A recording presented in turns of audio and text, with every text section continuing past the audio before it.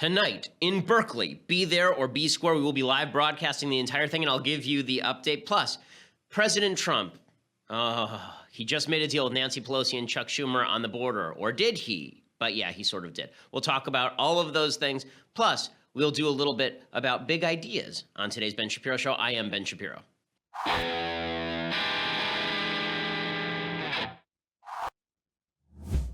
It's a day of joy. It's a day of fun. It's a day of laughter for everyone. Yes, I'm going to Berkeley this afternoon, so that will be a party, and I'm about to give you the update on that. I have to say, for little old me, they are doing a fair bit of security work. It's pretty amazing. I have some video of it that I want to show you. And I also want to give you the full analysis of Donald Trump doing what those of us who always thought he was going to do, actually, he did it. Okay, so finally, we've been saying for a year that Donald Trump was never going to really build this wall, that the wall was basically something he was just saying during the campaign. He'd build sections of the wall, that it was all just a campaign slogan that he was shouting.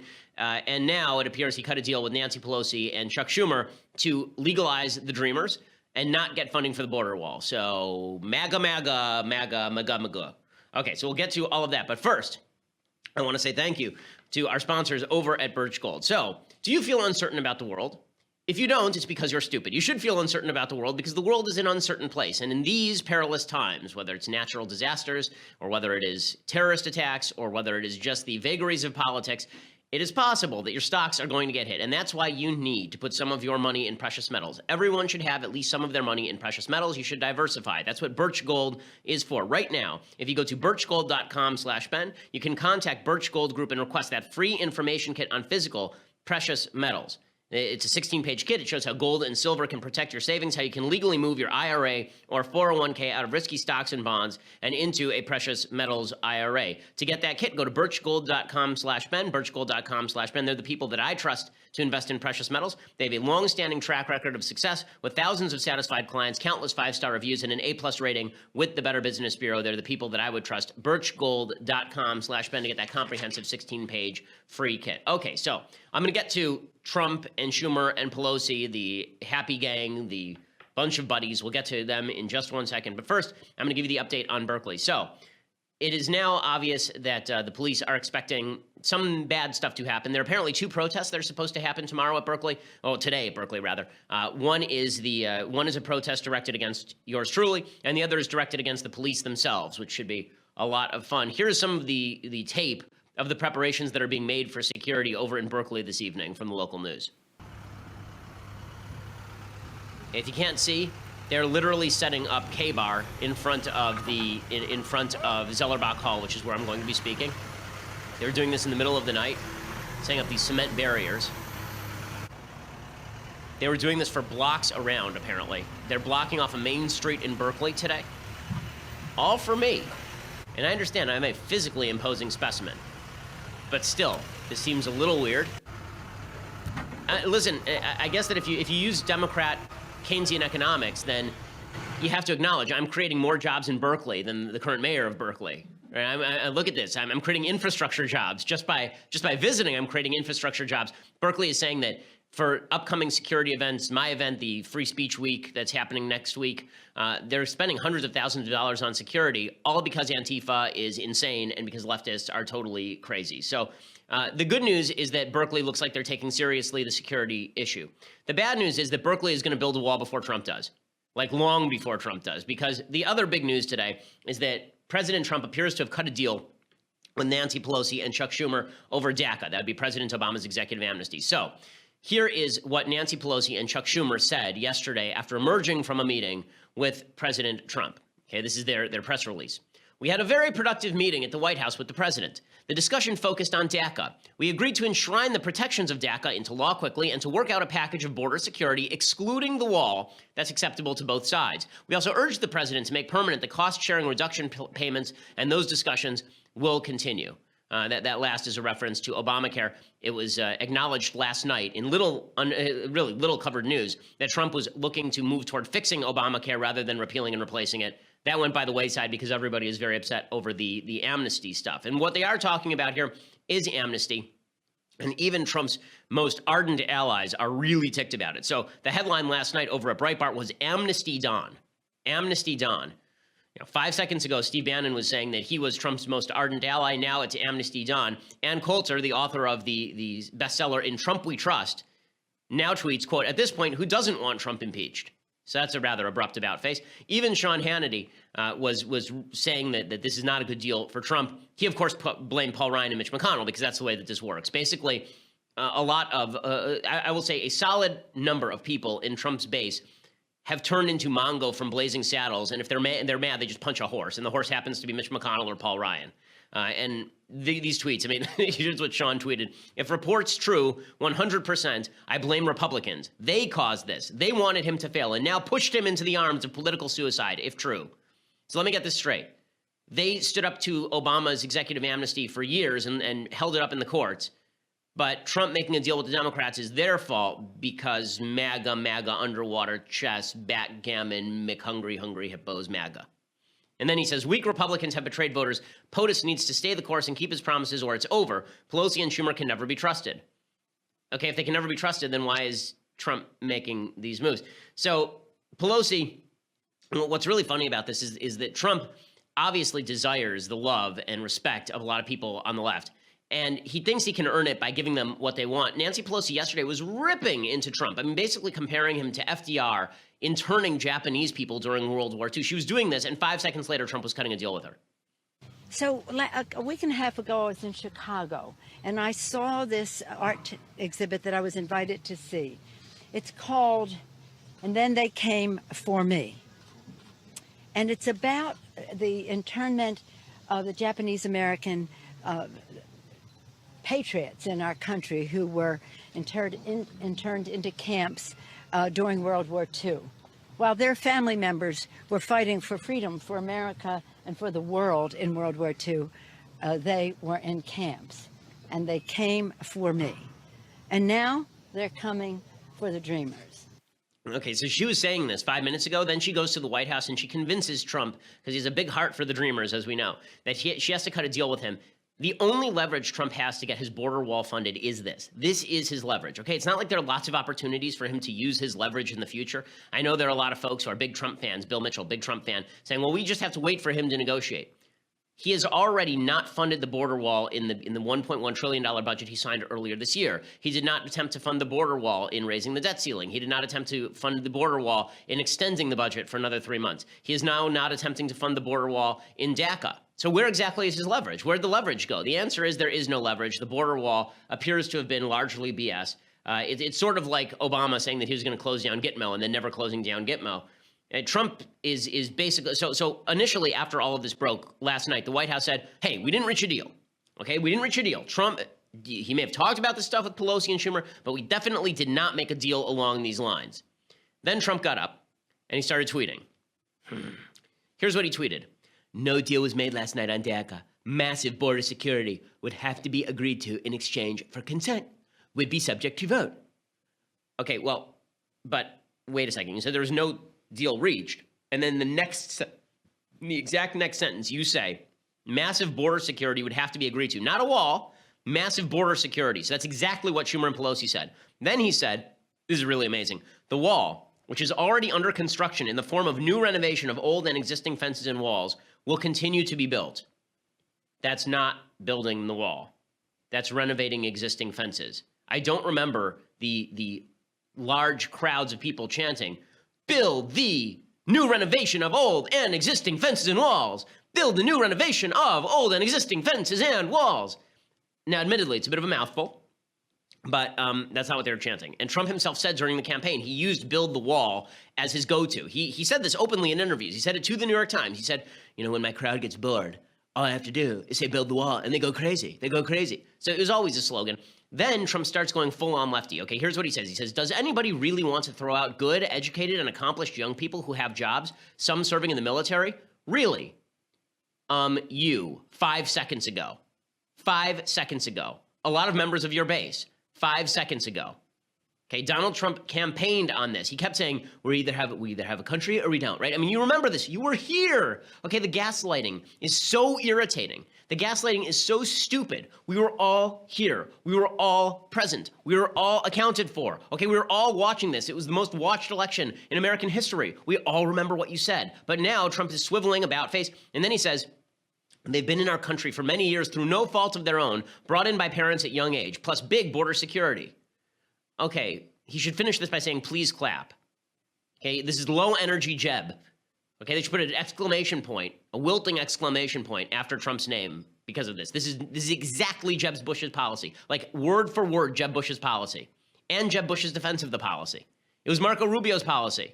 Okay, Donald Trump spent 4 years ripping Rubio and Jeb and even Cruz, saying, you guys are not sufficiently tough on border security. And then he walks across the aisle and talks to Nancy Pelosi and Chuck Schumer. And people are blaming Ryan and McConnell for this somehow. And maybe Donald Trump is, one, not a very good negotiator, and two, desperately wants the approval of Democrats because he's sort of a career Democrat. Maybe that's the problem here.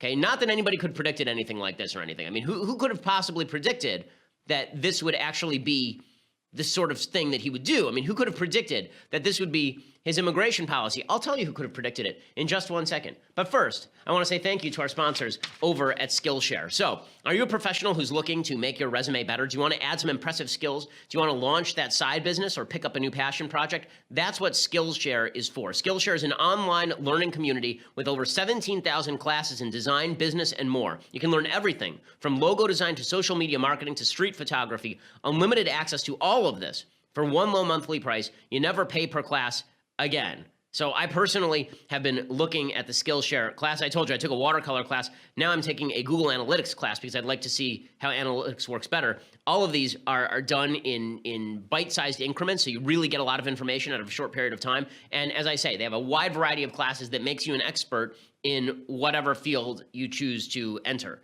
Okay, Skillshare right now is giving my listeners a month of unlimited access absolutely free. So you can go and check it out, see if you like it. You will. Go to Skillshare.com/Shapiro. That's Skillshare.com/Shapiro to redeem your free month. Okay, again, Skillshare.com/Shapiro, and you redeem your free month there. I mean, the list of classes is virtually endless, and it is all great stuff. I mean, it's to be an expert on a particular topic requires that you know a little bit about it, and Skillshare can make you an expert on a number of topics. It's just terrific. Skillshare.com/Ben. Check it out. Okay, so who could have predicted this sort of policy? Who possibly could have predicted this?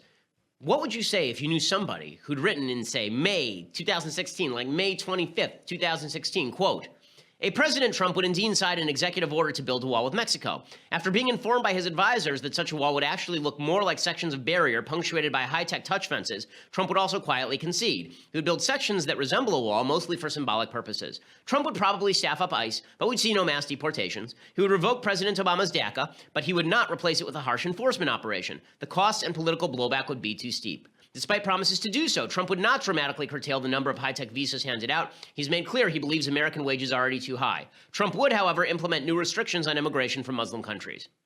Who could have predicted such a thing? Can you think of anyone who would have predicted such a thing, say, more than a year ago, just by watching what Trump was saying? Who? Here's a clue. It's me. Okay, that's it. This is not hard to predict. That's the point, okay? I mean, this is not me just patting myself on the back, although I do love doing that. The fact is that what happened here was utterly predictable if you did not actually want to deceive yourself here. So people who are very disappointed today, it's because you weren't watching closely. I understand you were hopeful, and you can still say, look, it still applies, better than Hillary, still applies, because honest to God, dog feces in the presidency would be better than Hillary. But that's not the question. The question right now is, did Trump just break his key campaign promise? And the answer is pretty clearly yes. I mean, listen to how Trump is talking about this. So Trump is now saying that everyone agrees on Obama's executive amnesty. I was here when he was saying it had to go. I was here when he used to say things like America first, we either have a border or we don't, people are going to have to leave. Now what's he saying? Something completely different. Take this and listen to what Trump has to say here. We want to get massive border security, and I think that both Nancy Pelosi and Chuck Schumer, I think they agree with it. But so we met last night with, as you know, Schumer, Pelosi, and a whole group, and I think we're fairly close, but we have to get massive border security. Is there anything? Oh, I think he's on board. Yeah, Mitch is on board. Paul Ryan's on board. we all feel, look, 92% of the people agree on DACA. But what we want is we want very, very powerful border security. 92% of the people agree on DACA. Okay, but those weren't the people who voted for you, and those were the people who you were saying were going to be pleased with your presidency. Okay, honest to God, if you just read what Trump said in Obama's voice, it's totally Obama's line of thinking, right? Just read this tweet. Does anybody really want to throw out good, educated, accomplished young people who have jobs, some serving in the military? They've been in the country for many years through no fault of their own, brought in by parents at a young age. We need big border security for sure, but Mitch is on board, Paul Ryan is on board. We all feel, look, 92% of people agree on DACA. When you read it in Obama's voice, suddenly you start getting pissed, don't you? Because it's Obama's policy. I do love in that clip where Trump starts to say Nancy, and then he shifts and realizes he shouldn't say Nancy, he should say Pelosi, because it makes him sound like he's getting close with Chuck and Nancy. It's pretty amazing. And then he was asked about this again. And listen to this little lie here. This is pretty amazing. He's asked about amnesty, because this is amnesty, okay, guys? When you talk about giving legal citizenship to all of the people who are here illegally, that is amnesty. Here's Trump. What citizenship for dreamers over time? No, we're not looking at citizenship. We're not looking at amnesty. We're looking at allowing people to stay here. We're working with everybody, Republican. We're working with Democrat. I just spoke with Paul Ryan. He's on board. Everybody's on board. They want to do something. We're not talking about amnesty. We're not talking. Do you get that? We're not talking about amnesty anymore. This is exactly what Marco Rubio used to say. It's what the Gang of Eight used to say. It's not amnesty. It's the path to legalization. I mean, they just get to stay here. And everybody's like, wait, no, that's amnesty. Now Trump says it, and oh, well, I guess if he says it's not amnesty, he should know. I mean, if it's not amnesty, it's not Don't be a fool. Of course, it's amnesty. And of course, Trump was going to do this. And of course, Trump did do this. What does this say? It says that Trump has no principles. Even the ones where he was most rooted to principle were not really his principles. He shifted his immigration positions 1,000 times during this campaign and before it. Okay, so anyone who's surprised by this was blinding themselves. Again, this is not a case against voting for Trump. Okay, that election is over. And I'm very, very glad that Hillary Clinton is not president, which we'll discuss in just a second, as we discussed yesterday. But that is not the same thing as saying that Trump is some sort of promise keeper that you can trust to negotiate on behalf of the people who voted for him, because that's just not true.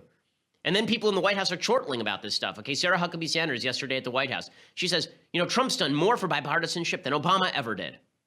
The president's negotiating on behalf of the American people exactly what he was elected to do. And the idea that you guys keep trying to distort this into a bad thing is, I think, exactly why this president was elected. They were sick and tired of business as usual. They wanted somebody who would break up the status quo, that would bring people from both sides of the table together to have conversations. This president's done more for bipartisanship in the last 8 days than Obama did in 8 years. Yes, that's not why he ran. We didn't run him so he could be bipartisan. We ran him because we thought that Paul Ryan and Mitch McConnell were a bunch of weaklings who kept surrendering to the Democrats. Okay, you don't get to use the logic. Mitch McConnell, Paul Ryan, those cucks constantly surrendering to the Obama agenda. Then Trump gets in there and implements the Obama agenda. And you go, if those cucks block that, man, if they block that Obama agenda. Okay, that wasn't even the only bad story last night from the White House. This one is from the Hill. President Trump was open to the idea of a bipartisan Obamacare stabilization bill, but did not make any commitments during a meeting Wednesday with a group of House lawmakers, attendees said. The bipartisan group of lawmakers, known as the Problem Solvers, pitched Trump on their plan to stabilize Obamacare markets. He was clearly open to it, intrigued, said Representative Josh Gottheimer, Democrat of New Jersey, a co-chair of the group. Gottheimer said there was some discussion of the possibility that Democrats could call the bill a fix, and Republicans could call it something else. I'll call it a fix. Others will call it what they want. But it matters less about what you call it than what it is. He was very intrigued by that. So now Trump is saying that he'll work with Democrats to fix Obamacare, and then he'll call it repeal, and we'll be told that if we don't support his fixes to Obamacare, then we are cucks again. I mean, this whole thing is so annoying.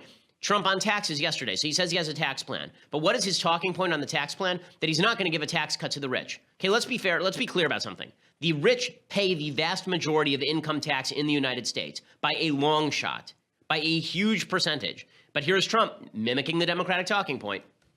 We're looking at a 15% rate, and we want a 15% rate because that would bring us low, not by any means the lowest, but it would bring us to a level where China and other countries are. and we will be able to compete with anybody. Nobody will be able to touch us. So we would like to see 15%. Okay? Thank you very much, everybody. And by the way, lower for individuals. Much lower than that for individuals. And the rich will not be gaining at all with this plan. We're looking for the middle class, and we're looking for jobs. Okay, the rich, if you want to cut taxes, you have to cut them on the rich. According to the Tax Foundation, an analysis of IRS data shows the top 1% of taxpayers paid 40.4% of total income taxes collected by the federal government, the highest percentage in modern history. The bottom 95% paid 39.4% of the income tax burden. You got that? The top 1% paid more in income tax than the bottom 95%. So who the hell are you going to cut taxes on exactly? All of this is just Democratic talking points dressed up as populism, It is not populism, okay? Populism is just a strategy. Populism is not an actual ideology. This whole thing is highly annoying. It's mostly annoying because, again, we were told over and over and over that Trump was going to be a solid conservative when he was in office, or at least if he was going to be a populist, he was going to mirror a lot of conservative talking points. Instead, it seems like his negotiation strategy, at least in the last couple of weeks, has been surrender whatever you want to the Democrats. If that's going to be the next 3.5 years, boy, it's a problem. And I'm not the only one saying this, okay? You know, for people who say, well, you never liked Trump very much to begin with. Sean Hannity did, Laura Ingraham did, Ann Coulter did, Breitbart did. They are all saying the same thing that I am today. They are all saying the same thing that I am, because the bottom line is, I expect a Republican to act like a conservative, and so do these people, at least on this issue. So it's really irritating. Now, that said, I think this does explain a little bit, you know, Trump being who Trump is, I think this does explain a little bit why it is that Hillary Clinton lost the 2016 election. So she continues her tour of stupidity. She's going around whining. This is her new life story. I mean, I shouldn't say new. She's been doing this her entire career, but now she's whining for actual pay. She's going around talking about how she was jobbed. It was just she would have won this thing if it hadn't been for the cruelty of fate. Oh, no. So here's Hillary Clinton saying she would have been seen as a genius if she'd won the election. Well, I thought it was pretty revolutionary that I was the first woman to have a realistic chance of becoming president. So I don't know how any woman who is not familiar to people, since we have so many hurdles to overcome, could have even been in that position that I found myself. So if I'd won, I would have been seen as a genius. My campaign would have been seen as perfect. I understand all of that. No, if you had won, then you would have not been considered a genius. You would have been seen as someone who beat the weakest Republican candidate in the history of political parties. I mean, Donald Trump was running with a 35% approval rating, and he beat you. And no one would have seen you as a genius. You were supposed to win this race. The reason Hillary Clinton didn't win this race is because she's incredibly off-putting and because she has no capacity toward introspection at all. There's never a point where she looks inside herself and goes, say, I wonder why people don't like me. I wonder. Instead, it's always the world that's the problem. She was asked yesterday by Matt Lauer, did you make enough mistakes to lose? And she says, no, of course I didn't make enough mistakes to lose. It was you evil Americans, you sexist racists. Here's Hillary Clinton looking very much like Veruca, what's not Veruca? Who's the big blueberry in Willy Wonka and the Chocolate Factory? In any case, here's Hillary Clinton, who slightly resembles a sky blue blueberry on the set with Matt Lauer. There is a lot of criticism in this book, and effort of full disclosure. You criticize me pretty soundly in a few pages of this book. When it comes to the self-inflicted wounds, when you look at the list of them, and you go through them in the book, did you make enough mistakes yourself to lose the election without any of the other things you talk about? Well, I will say no, Matt. I don't think that will surprise you. But, also, this book has a lot of behind-the-scenes look at what it's like to run for president, particularly, again, as a woman. Okay, so I love that it's all about that she didn't make any mistakes, right? Everything was absolutely perfect. Everything was just great. It's really the fault of the Americans. And she just continues doing this. This is her tour now. This is her tour, okay? And I'm going to explain why that matters in just one second, why Democrats should look out, because if they think that they can just campaign against Trump, they've got another thing coming. But before I get to that, first I want to say thank you to our sponsors over at Beachbody On Demand. So, do you look at me and say, dude, that guy's ripped? Well, if you don't, then you should, because I am. And also, you should go and you should work out a lot.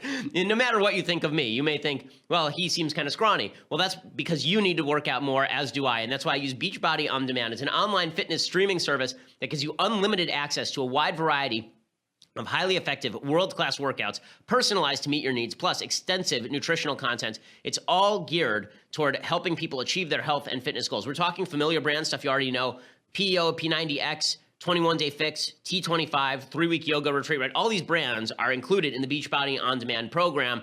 Plus, they also can give you nutrition programs, not just the workout programs. When I'm on the road, I always use Beachbody On Demand. You know, when I'm at home, I can go to the gym. But when I'm on the road, then I need to work out in my room sometimes. And one of the great things about Beachbody On Demand is they have all of these programs where you really don't need gear in order for you to get fit. That's what's great about Beachbody On Demand. And they get your nutrition in line as well. They also include brand new first-of-its-kind cooking show for healthy weight loss and portion control. This is called Fixate. It'll teach you how to cook healthy, delicious, and simple recipes for you and your family. They have over 100 recipe videos to help you cook healthier, because it's not just about the sort of effort you put into exercise. It's also about the crap you put in your body. Make sure that you don't do that. That's what Beachbody On Demand is there for. Again, my listeners can claim a free trial membership. Just text Shapiro to 303030. So text the number 303030, text Shapiro to 303030, and you get free access to the entire platform for free. It's a free trial membership, so you can try it out, see how much you like it. I promise, once you've got it, you're never going to want to give it up, because there's such a wide variety of programming. You're never going to get bored,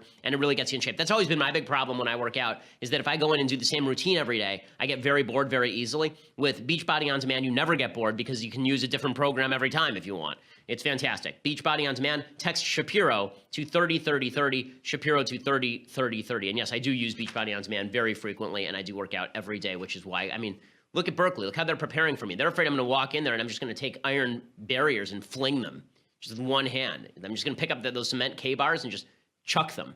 It'll be amazing. I mean, just watch for it tonight. It'll be unbelievable. Okay, so the reason that Hillary's awfulness actually matters is because I think that this should be a warning to Republicans and Democrats, Hillary Clinton. She should be a warning to all people, right? She's like Dante's seventh circle of hell. Abandon all hope, all ye who enter here. But when it comes to Hillary Clinton, what Democrats should realize is that they can run a candidate just as charmless as Hillary Clinton and lose to Donald Trump. And Republicans should recognize that Donald Trump is not on a pathway to victory just because he beat the least popular Democratic candidate in the history of American politics. Okay, the Democratic candidate matters, in other words. It's not just about Trump. It's also about who the Democrats run. So, and right now, what's fascinating is that the Democrats obviously think that they've got a no-lose situation with Trump. They think right now, because he's cutting deals, he will continue to be unpopular. He won't gain radically in popularity. They can always shellac him later. He'll always be Trump. He'll always make a mistake. And so they may as well get what they can get, right? They may as well get a bunch of lefty policy, split the Republican Party, create a civil war.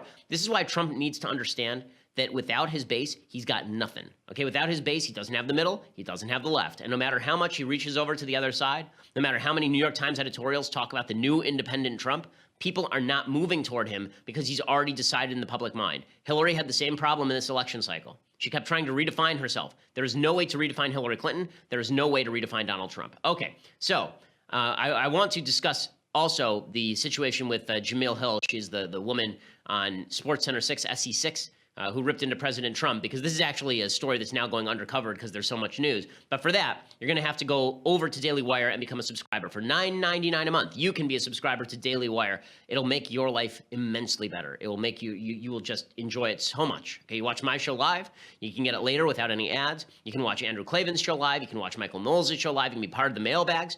And that means mailbags that we do special. Like next Tuesday, we're doing a Facebook Q&A, and you can ask questions live if you subscribe. That's $9.99 a month for that. Plus, you get our website without a banner ads. The banner ads just go away, which is pretty cool.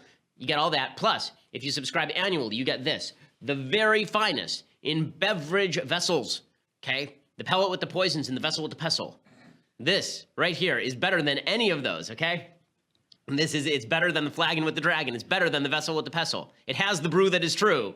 Okay, the leftist tears, hot or cold tumbler, you get that for just a $99 investment per year, the annual subscription. It is the greatest thing that you will ever own. And if you don't understand the reference, then go watch The Court Jester, you film illiterate. Okay, so if you just want to listen later, go over to SoundCloud or iTunes, hit subscribe, and leave us a review. We always appreciate it. Plus, please go over to our YouTube channel and subscribe there as well. We put up all of my videos over at YouTube under the Daily Wire YouTube channel, so please subscribe over there. We are the largest, fastest growing conservative podcast in the nation.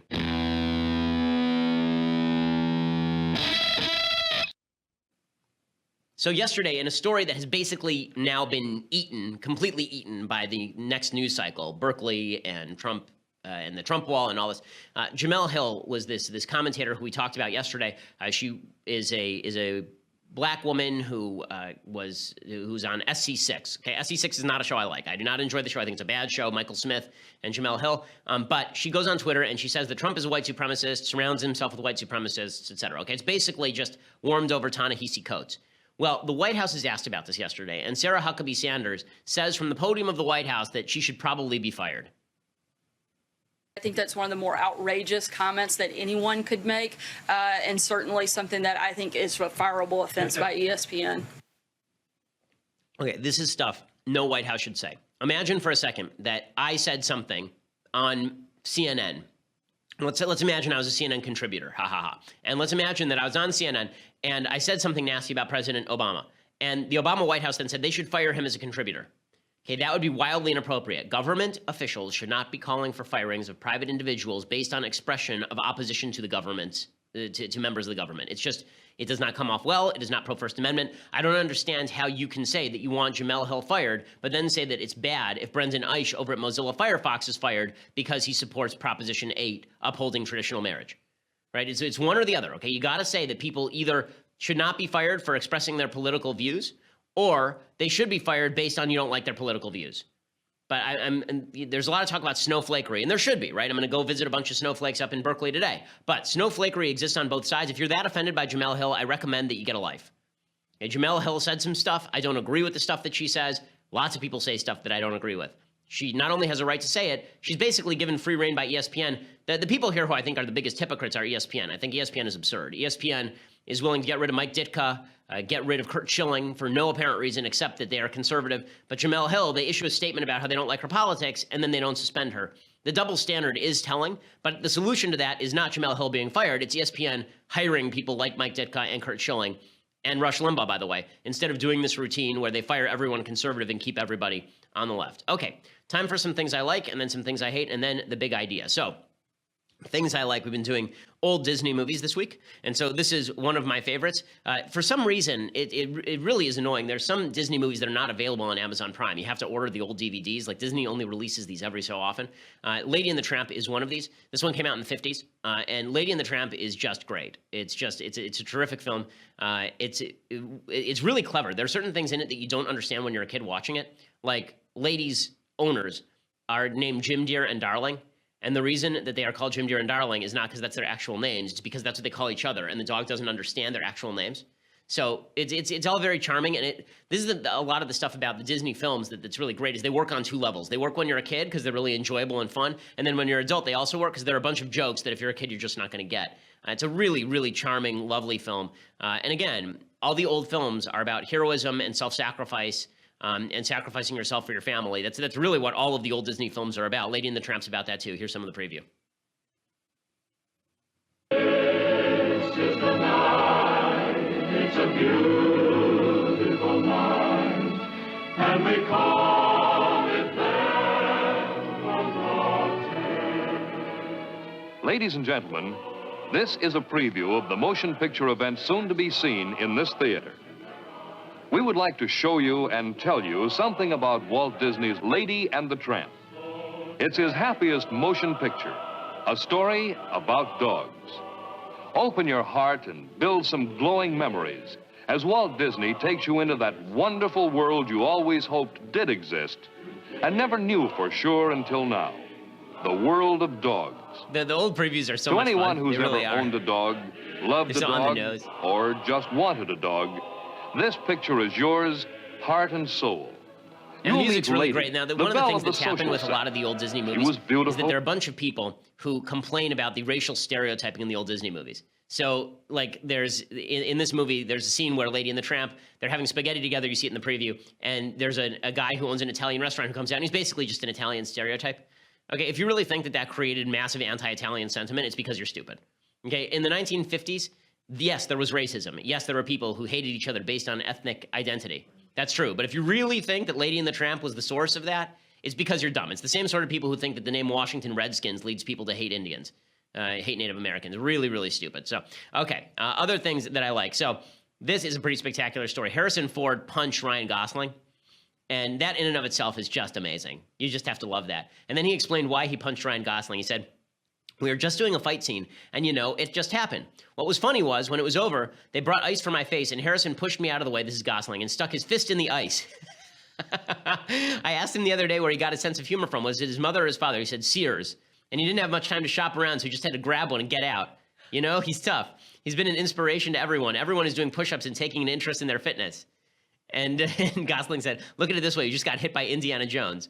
And then Ford was asked about it, and he said, "I punched Ryan Gosling in the face." And then he said, "Ryan Gosling's face was where it should not have been. His job was to be out of range of the punch.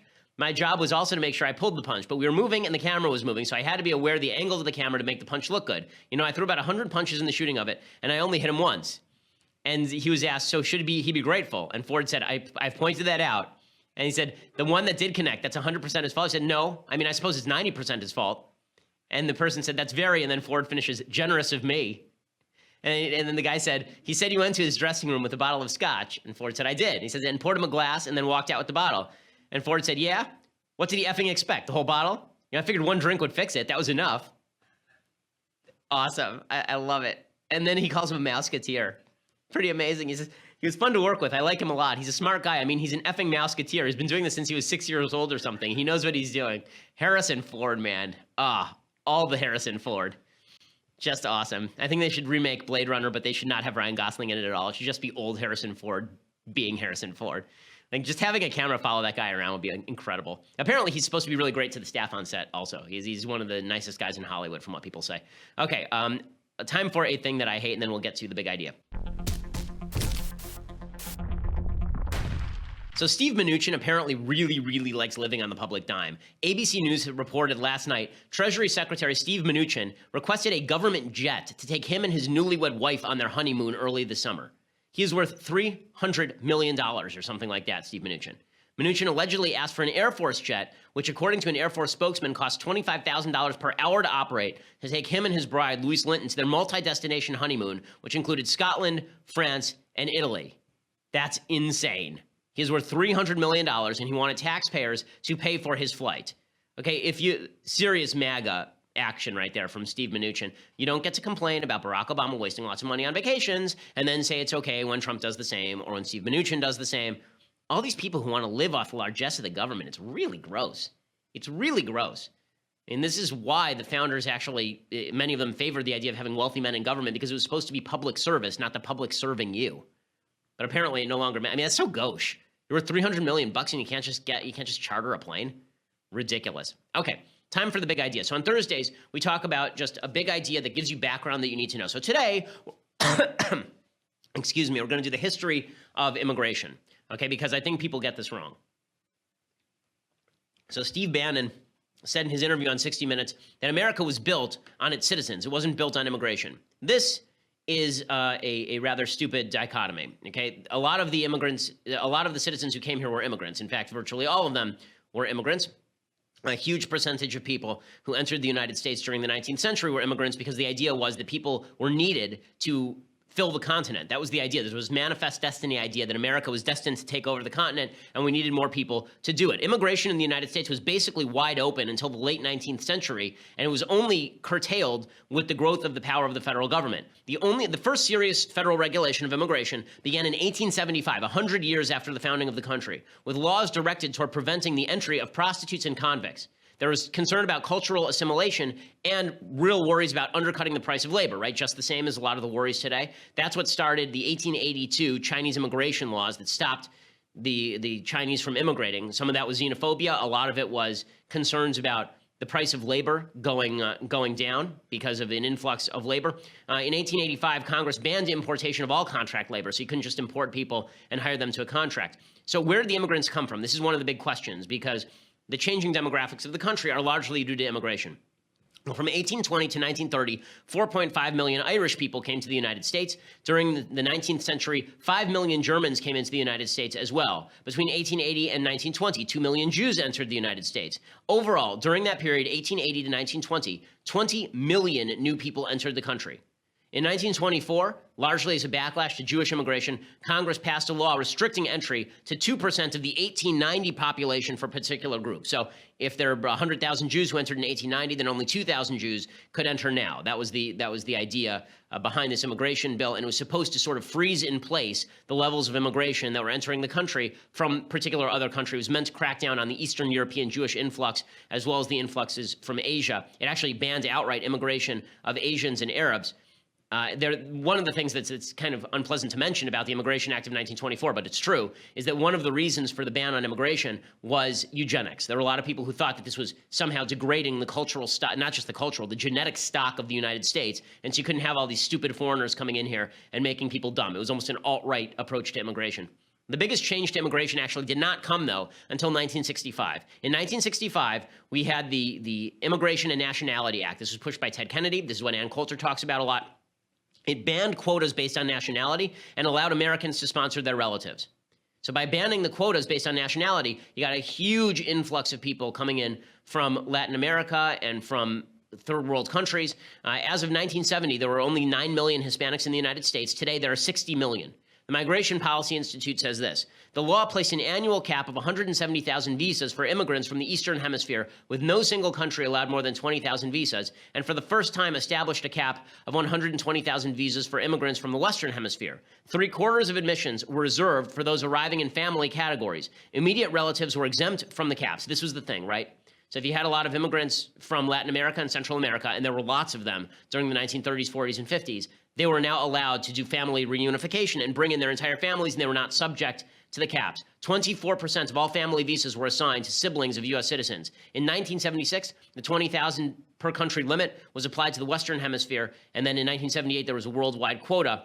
Also, in that same year, around that same time, in 1964, the government killed the Bracero program, which was a work permit program. Instead, what you had was, as a reaction, a lot of people sponsoring the influx of their relatives into the country. So you do see a major demographic shift in the nature of people who are coming into the country. If you look at U.S. immigrant population by world region of birth from 1960 to 2013, what you see is that the Americas move from being approximately 15 to 20% of the immigrants in 1960 to being well over 50% of all of the immigrants in the United States by 2013. So it's a major shift. It's a major shift. Originally, in 1960, more than 75% of all immigrants in the United States in 1960 were from Europe. Today, that number is about 12%. So you see a massive shift in demographics. Okay, that does not mean that people who want to restrict immigration are doing so based on racism. There are good cultural reasons. You know, if let's say you have a baseline cultural test and it says, do you believe X, Y, and Z, and people fail that test, they don't get in. That's a different thing than saying we just don't want brown people here, which is what the left says that immigration restrictionists want to say. To me, the only two reasons to have any sort of restrictions on immigration are cost to the government, right? If you're living off of welfare, if you're taking public benefits, or you refuse to culturally assimilate to the United States. Those are the only two real reasons. I don't believe the nonsense about undercutting the price of labor. That's the same argument you can make about a minimum wage, right? You could say that we just want to restrict the labor supply. I'm not for restricting labor supplies. It undercuts the economic growth of a country. Okay, so there you go. There's a little bit of background about the history of immigration. It is not true that we've never had immigration restriction. That's not true. And it's also not true that all of the people who made the country great were quote unquote citizens who were born here and came over on the Mayflower. Okay, it's just not true either. All right, so we'll be back here tomorrow to recap how it goes over at Berkeley. Tonight, if you want to watch my speech at Berkeley, go over to dailywire.com. We are going to be embedding a live stream, so you can check it out over there, full-on coverage, and it should be lots of fun, and hopefully nobody gets hurt. I mean, really, people who are coming, I hope and pray you come for an actual honest discussion, but given the preparations the PD are making, that seems probably a little bit of wishful thinking on my part. All right, well, we'll see you here tomorrow. I'm Ben Shapiro. This is The Ben Shapiro Show.